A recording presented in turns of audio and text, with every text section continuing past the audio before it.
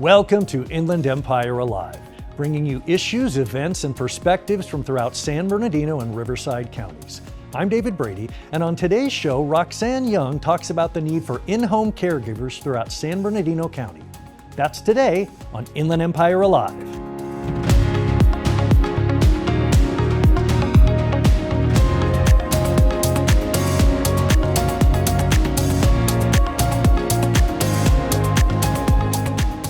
Joining me now to talk about the need for in-home caregivers throughout San Bernardino County is Roxanne Young, the Executive Director of In-Home Supportive Services for Public Authority with San Bernardino County. Roxanne, it's a pleasure to have you. It's a pleasure to be here. Thank you.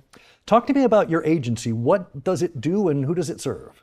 Yes, the San Bernardino County In-Home Supportive Services Public Authority basically partners with In-Home Supportive Services program in San Bernardino County. We help eligible IHSS recipients locate caregivers who wish to provide in-home care to them and carry out tasks such as domestic services or personal care needs. Who are the types of people that are served by a caregiver? Like, is it the elderly? Is it disabled? Yes, it's primarily seniors, individuals who are disabled, chronically ill, and some children. And IHSS Public Authority has many roles. First of all, we serve as the employer of record for the in-home support services caregivers for wages and benefits purposes. But also we actually maintain a provider registry so that we have a very comprehensive referral system to allow caregivers to be available to provide needs to those who are in need. And the individuals are generally at home wanting to be able to stay in their home and maintain their independence and quality of life for as long as possible. Can you talk about the significance of that staying in their home? Why is that so important to some folks? That is so significant. One, it's a familiar environment. It's one that they've spent many hours and most of their lifetime. It's also an opportunity for access to family members and friends a lot easier, but it does provide long-lasting and longevity. Studies have even demonstrated that when they're in their own familiar environment, they thrive. And that is what is so important, and having the caregivers available to support that social and emotional need, as well as logistical, to have someone there and on hand. And oftentimes those caregivers will be that bridge between the client and the healthcare system. So what does a typical day look like for a caregiver? I imagine there's a fair amount of travel, and what are some of the tasks they're performing? Well, first of all, a lot of times the caregiver can be the family member, but in many instances it's not a caregiver that is related to the client. But on a typical day, it may be a range of services that's been assessed that the individual needs. So for instance, they may start their day preparing meals. So for meal prep, maybe they need personal care for grooming and bathing. It may be even assistance in ambulation. It may be accompanying to a doctor's appointment. So it varies. And then also there's house cleaning. A lot of times individuals just unable to carry out those activities of daily living as well. But a caregiver also provides just that socialization, just that presence, because so many of our seniors are home and they're isolated, and that's not beneficial at all. So a typical day for a caregiver can range from day to day in terms of what those needs are. And so, but it's based on hours, based on how many hours in which they can carry out those functions. So clearly, this is not a one-size-fits-all solution. These are very personalized responses to the needs of each individual client and their unique situation. Absolutely, absolutely. We assess the individual and what their functional rankings are and what is that they are able to do, because we want to allow them to still maintain their level of independence and carry out the functions that they can do. But those that they're needing further assistance with, then we have a database of caregivers in which it is actually designed based on skill, availability, and what is it they're able to render to that client. How large is the territory you serve? Is it literally San Bernardino County, which as we know is quite vast? Yes, it is. In fact, all of San Bernardino County, from the desert to the San Bernardino Inland Empire, to many of the mountain communities in which there are still needs, and the need is growing every day. we don't even have nearly enough caregivers to be able to meet the needs. So we continuously have staff that are recruiting and marketing the efforts to be able to attract more caregivers to serve all the needs that are in this county. We will have much more with Roxanne Young right after these messages. Join us for our weekly farmers market in San Bernardino. The farmers market is ongoing every Tuesday at Court Street Square, located at 349 Northeast Street from 8 a.m. to 1 p.m. This event features both farmers and hot food vendors. Come purchase fresh produce at the farmers market and enjoy a nutritious lunch for the day. This is a certified farmers market with fresh and quality produce grown by real farmers from the region. For more information, visit our website at sbcity.org/parks. You can also call us at 909-384-5233 or email us at recreation@sbcity.org. See you there.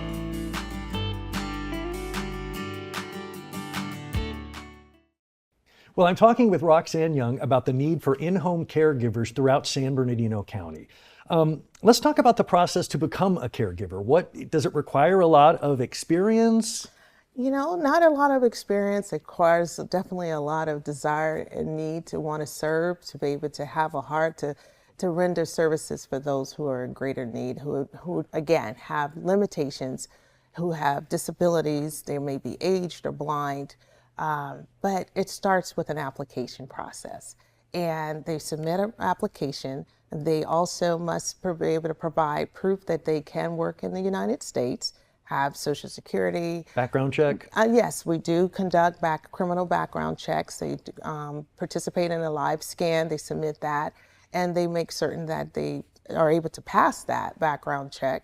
And we just want to make certain that, again, someone who has the aptitude and ability and the desire to be able to render services in the home. Well, I want to ask about that. So beyond just job skills and work experience, can you talk about what's in people's heart that you're looking for to fill these roles? Having that empathy, recognizing that these are individuals who have probably led a very full life at one time or another, but we need someone who can demonstrate patience, demonstrate the ability to recognize that they're likely to encounter someone with new diagnosis, having depression, maybe not able to operate as an optimal level as they once did. Absolutely, a lot of frustration, and that is accompanied with that. We do have individuals who, again, who are just trying to familiarize themselves with their own conditions, and they need a lot of patience and care and need. And someone who, you don't have to be an expert in those fields, but that's why we offer training from the IHSS Public Authority.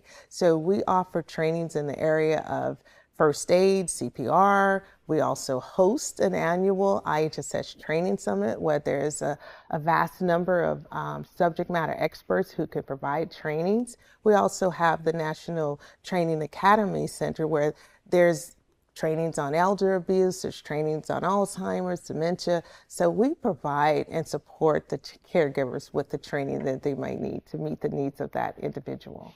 Clearly, a lot of this care is very intimate. Yes. How do you persuade people to sort of make that leap, that this is very fulfilling work, that there might be trepidation about, I have to touch people and I have to, again, it's very uncomfortable, but there must be a very great sense of satisfaction that you hear from people who do this work. Absolutely. So often there's individuals that I encounter who said they're so thankful for that opportunity, that they've always wanted to be able to give back. Perhaps someone was there for them in their lives. Or if they couldn't give to their own parent, maybe now they can pay it forward to someone else. And I see that so often. And the fact that some may have had some prior training in nursing assistants, or now they're retired and they have more available time and they want to serve their community. And this is one facet in which that can occur. And we're always grateful because, again, it doesn't require a whole lot of skill set, but just a lot of empathy and a desire to really serve. And once they've gone through that application process, once they've actually participated in passing all of the enrollment process in the background, we welcome them. We were there to support them. We are continually our campaign, and we want, hopefully, through this even opportunity to attract more caregivers to come aboard and we're here to support them. Where can people find out more about how to become a caregiver and how to request a caregiver? First of all, if there anyone who's interested in being a caregiver with San Bernardino County IHSS Public Authority, we first ask them to consider two places. They can give us a call at 1-866-985-6322, or they may go to our website, sbcarejobs.sbcounty.gov, or the Public Authority website. There's lots of information there. There's someone standing by willing to assist them, but we welcome caregivers. What should someone be thinking of if they're considering requesting a caregiver? What are some of the criteria that they might need to sort of demonstrate? Well, if someone is looking for a caregiver, first of all, again, Public Authority is there to assist them with the interviewing of a client. Finding out what their specific circumstances, what the so needs we are. want to be able to help them interview. The client themselves are actually the employer. They get to be able to manage the tasks that the caregiver will provide. However, we will help them to take a look at what are some of the needs that they have in their home. But again, it's very prescribed based on an assessment that the social worker will come to their home and will determine what are those qualified services that they can receive through San Bernardino County IHSS program. And then we have this registry, the database, that will match that. And we have a list that is free and available to all of the IHSS recipients that they can select from.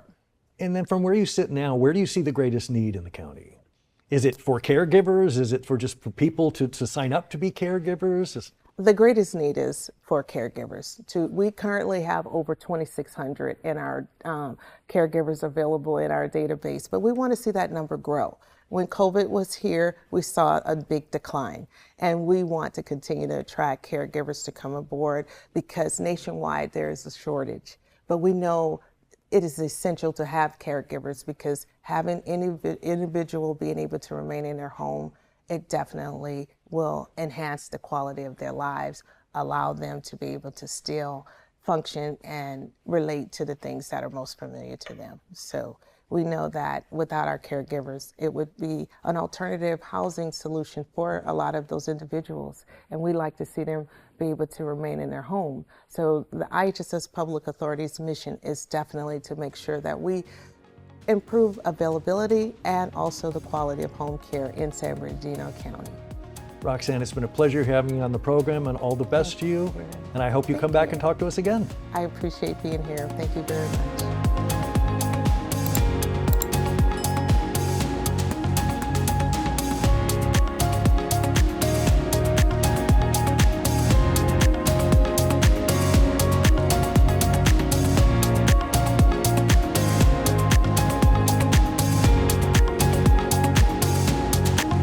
Visit iealive.com.